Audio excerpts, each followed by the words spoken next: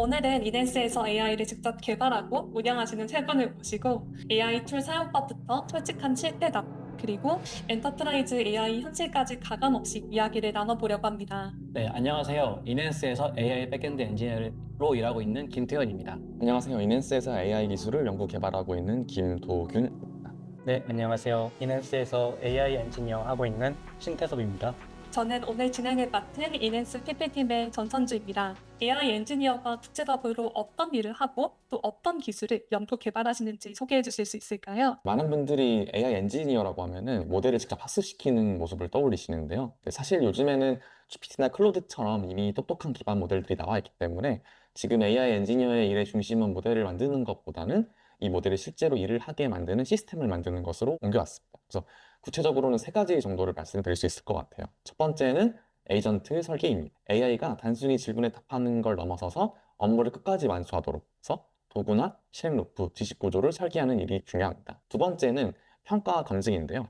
요구사항이나 혹은 목표가 애매한 문제도 있고 작업자 자체도 지표를 애매하게 설정하는 경우에 AI가 이제 틀리거나 오작동을 할 확률이 높아집니다. 그래서 얼마나 잘하는지를 측정하는 지표를 설계를 하고 틀렸을 때 잡아내고 스스로 고치게 하는 장치를 만드는 게 매우 중요합니다. 그리고 세 번째는 이제 본질적인 그런 인프라와 최적화인데요. 같은 일을 하더라도 더 싸고 빠르게 할 수 있도록 오픈소스 모델을 자체 GPU에 서빙을 하거나 혹은 어떤 작업에 어떤 모델을 쓸지 라우팅하는 것 또한 당연히 중요합니다. 이런 부분은 AI에게 절대 맡기지 않는다. 혹은 맡겼을 때 크게 낭패본 경험이 한 번씩은 있으실 것 같습니다. 그래서 이러한 경험들 먼저 태선님께 질문 드리고 싶은데요. AI에게 맡겼다가 낭패본 경험 있으실까요? 네, 분명히 있고요.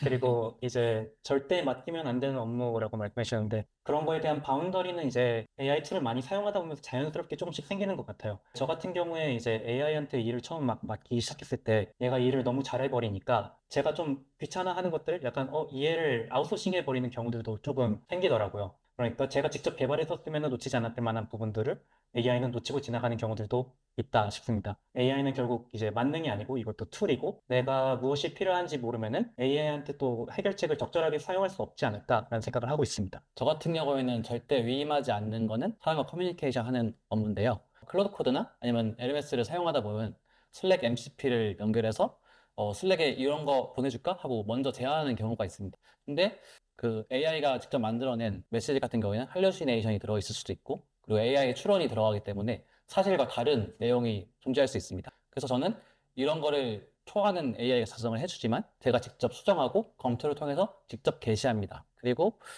이런 LMS나 클로드가 직접 혼자 게시할 수 없도록 훅을 걸어서 막아두었습니다. 두 번째로 제가 실패한 경험 같은 경우에는 처음 클로드 코드를 사용할 때 스펙 작성 없이 코드를 했던 경험인데요. 저는 토큰 효율성을 위해서 3단계로 나눠서 구현해달라고 이제 클로드 코드한테 시켰더니 3단계 코드를 만들어 놓긴 했는데 이 일로 어떤 조건에서 빠지는지 분기가 빠져 있어서 이제 실제로 실행해도 3단계로는 절대 가지 않는 그런 허상의 코드가 만들어졌었거든요. 그래서 스펙을 정확히 작성하자 해서 떤 조건에서 2단계로 가고 어떤 조건에서 3단계로 가는지 스펙을 작성한 후에 다시 클로드 코드한테 이거에 맞게 수정해줘 했더니 정확한 코드가 나온 걸 경험할 수 있었습니다. 그래서 이 경험을 통해서 얘가 그냥 내 의도한 거를 알아서 보고 움직이는 게 아니라 제가 명시한 것들, 정확히 설정해 놓은 것들을 보고 구현하는구나 이런 걸 크게 깨달을 수 있었습니다.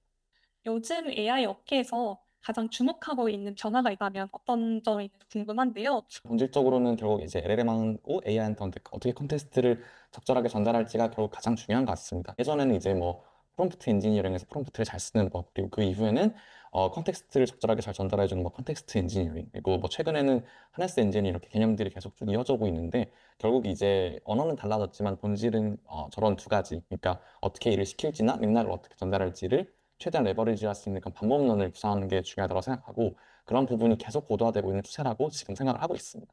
네, 저는 요즘 업계에서 주목하고 있는 변화가 세 개가 생각이 나는데요. 최근에 페이블5랑 GPT 5.6 릴리즈를 두고서 말이 많았거든요. 이게 미국 정부가 프론티어 모델을 릴리즈하기 앞서가지고 이제 보안이라는 명목하에 선택적으로 누구누구는 쓸 수 있고 누구누구는 쓸 수 없어 이런 식으로 하는 게 있었던 상황이죠. 그러니까 뭐 업계에서는 이제 그걸 두고서 이제 모델 빈부격차가 벌어진다라는 말까지도 나왔었었는데 이제 프론티어 모델이 계속 나올 때마다 좀 이런 잡음이 계속 생기지 않을까 싶은 게 하나 있습니다. 그리고 두 번째로는 토큰 이피션시 관련된 것인데요. 결과적으로 AI가 시장에 자리를 잡으려면은 그 토큰 비용, 그리고 그거가 이제 매출 성장 혹은 비용 감소의 공식을 증명해야 되는 숙제가 있다고 생각을 하고 있습니다. 그리고 마지막으로는 오픈소스 모델 이야기를 조금 하고 싶었는데요. 팀E3나 이제 GLM 5.2 같은 것들이 최근에 공개가 됐는데 이게 벤치마크 성능이 상당히 좋거든요. 또 앞에서 말씀드렸던 것처럼 프론티어 모델 게이트키핑도 있고 그리고 비용 이슈도 있고 이러면서 오픈소스 모델에 대한 수요가 점점 더 늘어나지 않을까 생각을 하고 있습니다. 한 명의 개인으로서 챗 GPT나 혹은 제미나이를 잘 쓰는 것과 그리고 기업 안에서 AI 엔지니어링을 하는 거는 또 다르다고 생각합니다. 이 두 가지의 본질적인 차이점은 무엇이 있을까요? 가장 간단한 답변은 문제 난이도가 아닐까 싶습니다. 그래서 개인적으로 풀어야 되는 문제들은 난이도가 이제 물론 어려운 문제들이 당연히 많겠습니다만 이제 고민할 일이 상대적으로 적을 수가 있는데 기업의 문제 같은 경우에는 데이터의 뭐 일단 수나 복잡도부터 기본적으로 본질적으로 다르고 그리고 문제 자체도 복잡한 경우들이 많다 보니까 그런 문제들은 이제 맞닥뜨려 봐야지만 이제 인사이트로 풀 수 있는 그런 인사이트 능력을 좀 기를 수 있는 게 많다 보니까 아무리 똑똑한 사람이라고 하더라도 결국에는 그런 엔터프라이즈 안에서 문제를 직접 맞닥뜨리고 풀어봐야지 더 잘 쓸 수 있지 않을까라고 생각을 하고 있습니다. 이 좌측을 보시면은 이제 개인이 사용하는 예시를 든 것이고 우측 같은 경우에는 이제 엔터프라이즈에 적용할 때를 비교한 것입니다. 딱 봐도 굉장히 그 복잡도가 달라 보이는데요. 개인은 이제 여러 툴 중에서 하나 AI를 골라가지고 그냥 잘 선택해서 잘 활용하는 것이 다라고 생각합니다. 하지만 엔터프라이즈에서는 그것만으로는 굉장히 부족해집니다. 레거시 시스템과의 연동, 그리고 보안, 여러 부서 간의 협업, 그리고 데이터 거버넌스, 예외 처리까지 함께 고려해야 될 것들이 굉장히 많거든요.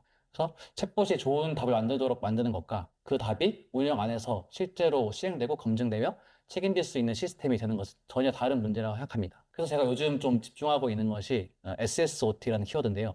싱글 소스 오브 트루스라고 개인이 혼자 개발할 때도 물론 이게 중요하지만 여러 명이 하나의 제품을 만들거나 기업 전체가 같은 AI 시스템을 사용할 때 더욱 중요해지는 생각합니다. 쌓여있는 지식 간에 서로 간에 컨플릭트가 있으면은 AI도 어떤 것이 맞는지 참인지 알 수가 없고 굉장히 혼선이 발생되거든요. 그래서 결국 모두가 이제 무엇을 기준으로 판단할 것인가 그리고 그것을 공유해야 하는 것이 중요하다 생각합니다. 이런 걸 잘 관리하고 구축할 수 있는 시스템을 만드는 회사가 앞으로 AI 시대에서 살아남지 않을까 생각하고 그게 바로 이니스카니까 생각합니다.